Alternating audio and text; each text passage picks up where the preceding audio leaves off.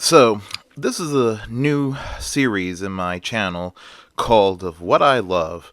It could range anything from a certain show to certain characters to certain anything. And this will help, fill the channel up as I try to get more stories recorded. Since now I work a new job and I have longer hours, and usually when I have free time, I'm a little too tired to try to record. But I figured this is quick, short, and should help populate the channel with more videos. And I shall start off this inaugural episode with a science fiction series that I love. Some people are Star Trek fans, some people are Star Wars fans, some people are Doctor Who fans, and a very, very minor few are Space 1999 fans, or what I like to call the Jerryverse, which include Thunderbirds, Fireball XL5, UFO, Supercar, and another minor group of fans of the famed British science fiction show Blake 7. It was big in the UK, but it was rarely seen out of the UK. People like me were fortunate to see it on PBS in the 80s, but that's a different story. Well, my favorite science fiction series was always Wing Commander.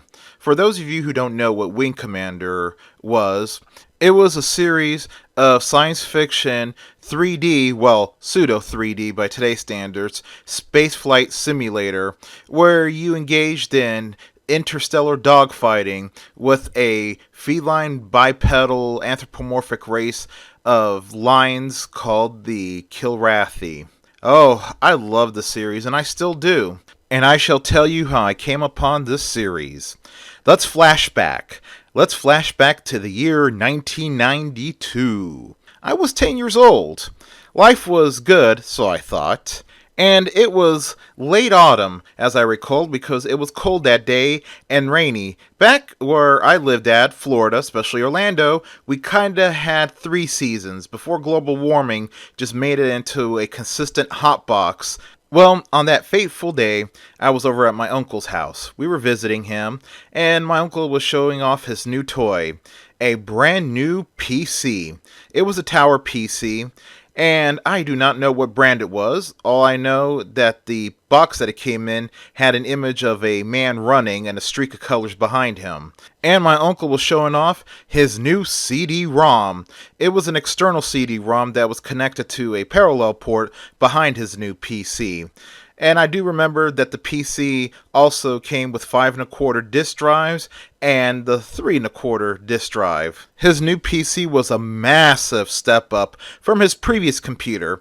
My uncle's previous computer was an old Atari 800 that I think he bought new at the time when it first came out in the late 70s. He upgraded it over the years to get as much power as he could out of it. But ironically, the model itself was discontinued in 1992, the same year that he got his new PC. Well, anyways, my uncle was showing me a game that was bundled with his new PC. I remember now that the disc was one of those 2-in-1 discs. It had Wing Commander 2 and Ultima Underworld, the Stygian Abyss. So my uncle took out the game disc and popped it into the CD-ROM player. And lo and behold, after he typed in the command in DOS, my 10-year-old eyes saw what a PC can do. I saw nothing but beauty with the breathtaking visuals of the opening cutscenes of Ultima Underworld. It was like watching a movie. I just was so amazed. I'm like, wow! Even my older sister, who's 14 years older than me at the time, saw it and was amazed too. And this was just light years ahead of what the games on my uncle's Atari 800 were. After the dazzling cutscene was over, my uncle quickly switched over to the next game on the disc. He typed the command, and my life changed. There I saw it, the opening of Wing Commander 2. It was just like a movie. Opening credits, voice acting, and I was just so amazed. I fell in love with the game. I'm a big animal lover, especially I love cats. And when you own cats for maybe 2 decades, it does that to you. You kind of would take a cat over a dog. Even though the wolf was my favorite animal, I am still a very big cat person. and just seeing the opening cinematics of anthropomorphic felines called the Kilrathi that look like Earth lions talking just blew my 10-year-old mind, and I became very immersed in the drama of the opening scenes. And then afterwards, gameplay started. I didn't have very long to play, and I did not know what I was doing, and sure enough, I do recall that I accidentally shot down my partner, Shadow. Well, after it was done, it was time to go home. And that game, especially Wing Commander 2, just stuck in my mind. I wanted to play it again. I had to play it again. I became obsessed with it and everything. Suddenly, my interest in Star Wars and Star Trek was just not that big anymore. Because it seemed like Wing Commander was a movie you can play. A movie that you could just be a part of. Well, anyways, let's fast forward now to the mid 90s. I was in high school, and I had another uncle that lived next door to me, and it's a long story how that happened, but he had finally gotten a PC. Now, my uncle that lived next door to me was an old man already. He was born in the early 30s, so this was his first computer that he ever owned, and he was completely clueless about how a computer works. So I was doing most of the teaching, and, well, even then, not everyone had computers because computers were still prohibitively expensive in the 90s. I didn't get my first PC, if I recall correctly, until I was 16 in my sophomore year in high school. And then it was not a very fast computer. So, anyways, my neighbor uncle had his first PC finally.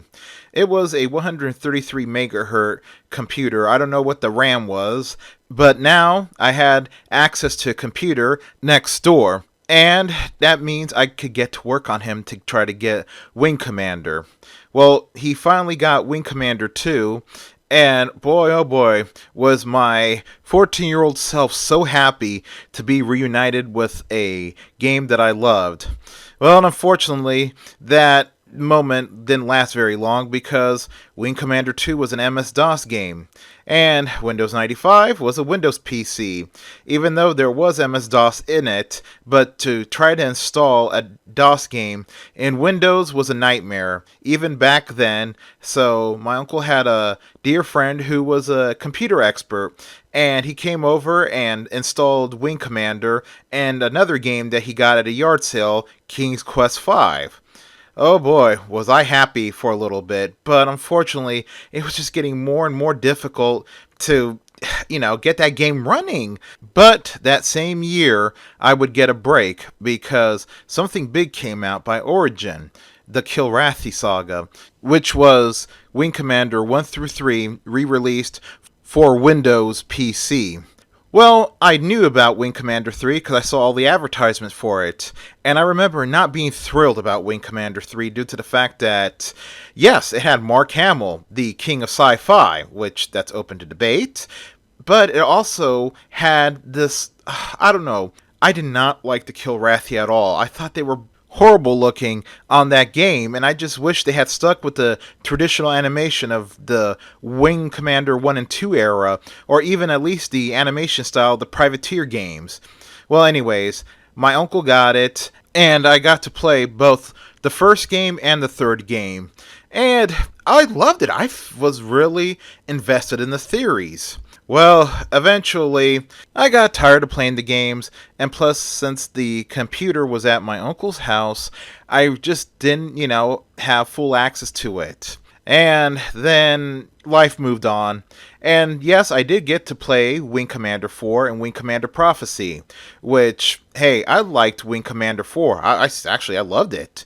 And also, I got to play Privateer thanks to a friend in high school who was also a fan of the Wing Commander series and Origin games. But then disaster struck. When I was a junior in high school, they made the Wing Commander movie. For the younger listeners, back then, movie adaptations from video games always turned out horribly, and a large number of them still do today. But in that time period, anything that was adapted from a video game into a movie always sucked. Look at the Super Mario Brothers movie, even though there were a lot of behind the scenes drama caused by Nintendo.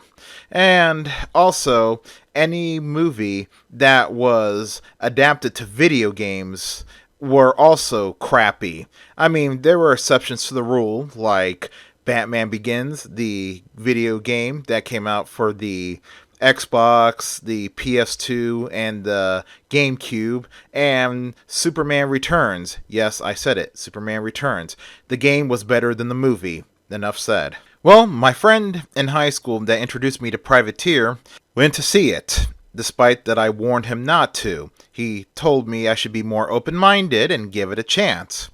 Then the next day in school, he told me that him and his dad walked out of the movie. And I asked him, was the movie over? He said no, the movie was still going. Didn't even reach the halfway point of the movie before him and his dad walked out.